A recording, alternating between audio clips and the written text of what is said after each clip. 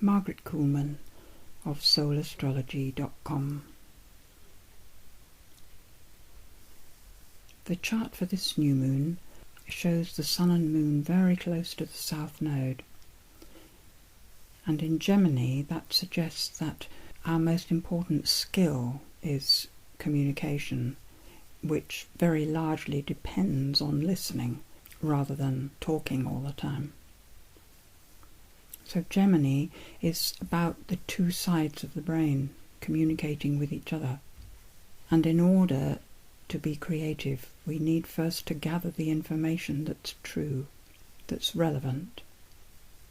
And we need to be honest, and we need to be perceptive, and we need to be receptive to whatever is said, not to judge immediately, but to consider. So communication is the most important tool we have, and this listening in clarity to what is said.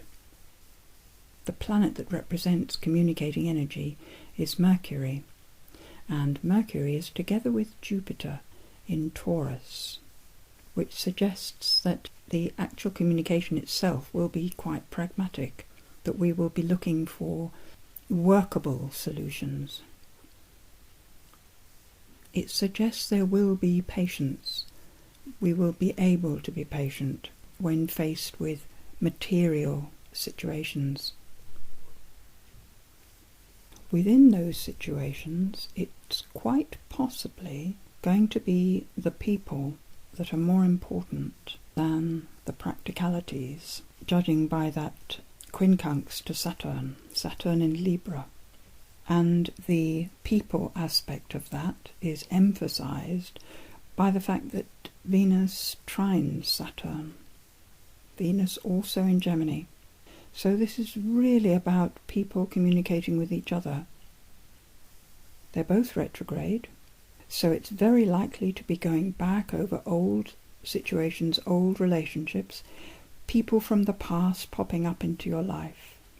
Relationships to be reworked, maybe. Everything around the people you know to be reconsidered. And in practical situations, it's the organising of the people that will make the situation work.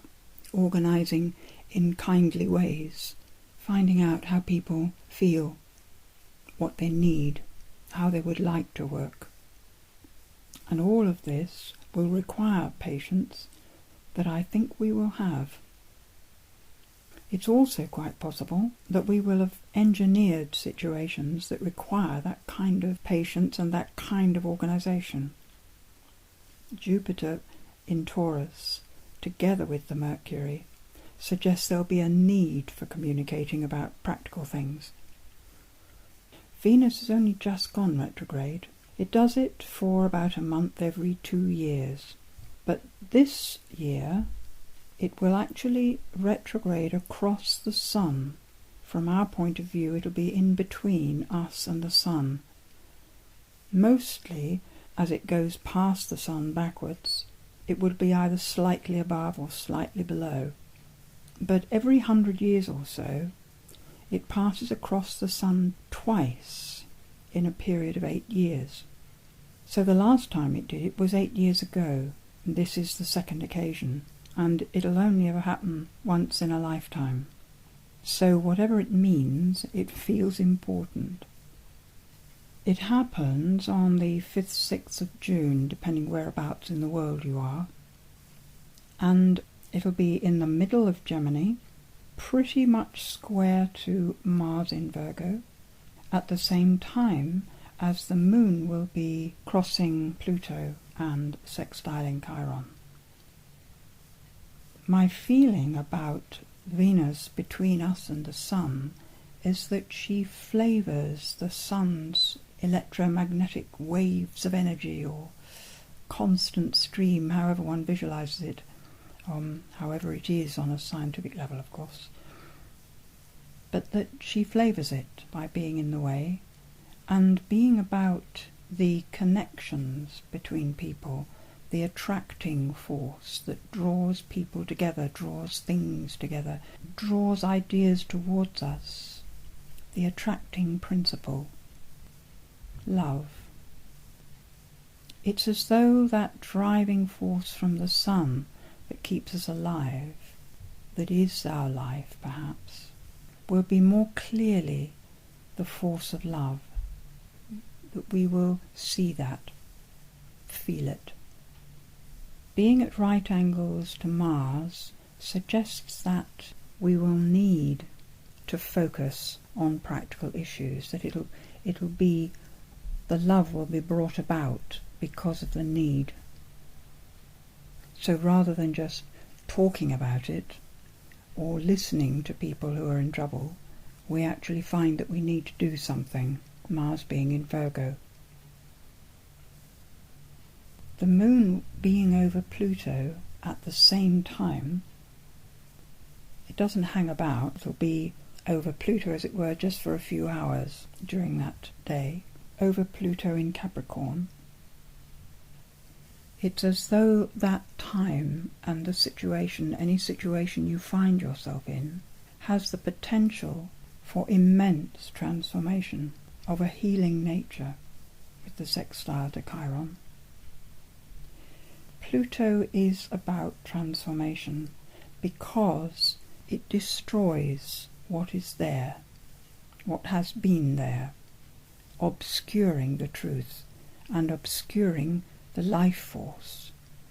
So the energy, the attitude, the mindset to allow for the best that could be for you would be a complete personal relaxation, a relaxation of your personality, a sense of letting go in the face of vastness, letting go of all the muscular tension and the personality, psychological tensions, so that your own spirit can flow through and make changes.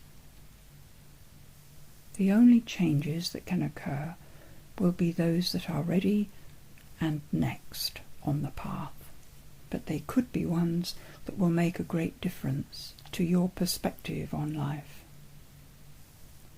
And that change could easily be towards a love of all things, recognizing that you yourself are loved to that degree, the whole of you. On the 8th of June, Mercury moves into Cancer, from where it will trine Neptune and Chiron, and at the same time the Sun will be moving closer to a trine aspect to Saturn. These two things culminate on the 13th of June. So from the 8th to the 13th of June, it feels to me that there'll be a steady possibility of understanding, strong sense of empathic understanding, taking hold willingly of responsibility for easing any suffering of those in our field of daily life. Chart itself shows Venus and Mars in completely separate patterns, with the coming together on the 5th or 6th of June of their relationship as a square at right angles, the feminine and the masculine, each playing their part, the feminine side of us being how we relate, the energy of drawing people towards us or feeling moved towards them, and the masculine energy involved in getting on with life, just doing what you do. With Mars connecting trine aspect to Pluto, it's possible that there may be a sense of workaholic about us, too much, grinding away with all the bits and pieces and things we've set up to do, that we have to do. This square from Pluto to Uranus could well be used this month, giving ourselves breaks from that work.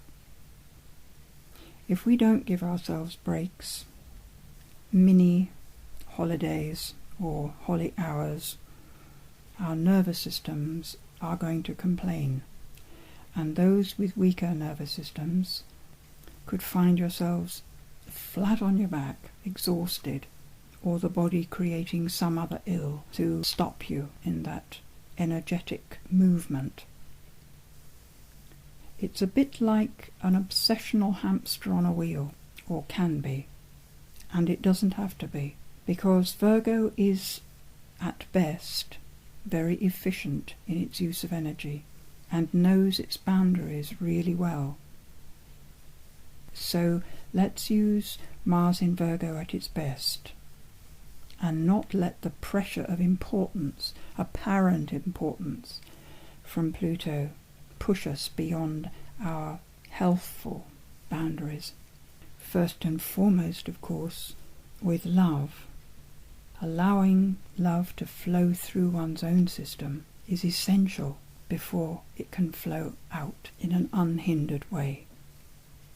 And with the tension that happens from overworking, the love can't flow in, so it's not going to do much of a job of flowing out. So love yourself first. Love the life in you. The contemplation follows. Are you prepared to die, to let go, and receive the love that you are, that life is? All that you know is of your mind. All you experience as the world is of your senses. Your emotions are the emotions of humanity, triggered for you by your inner-outer world. Let go of it all for a moment and wait. Let love be another name for life, and let it flow through all your space, your body cells, your brain, your heart. The energy of life, loving you so much. Let love do your work today, every day. Let love greet your friends, your colleagues, and all, smiling each person into your heart, letting them be themselves. Let yourself be loved too, by you.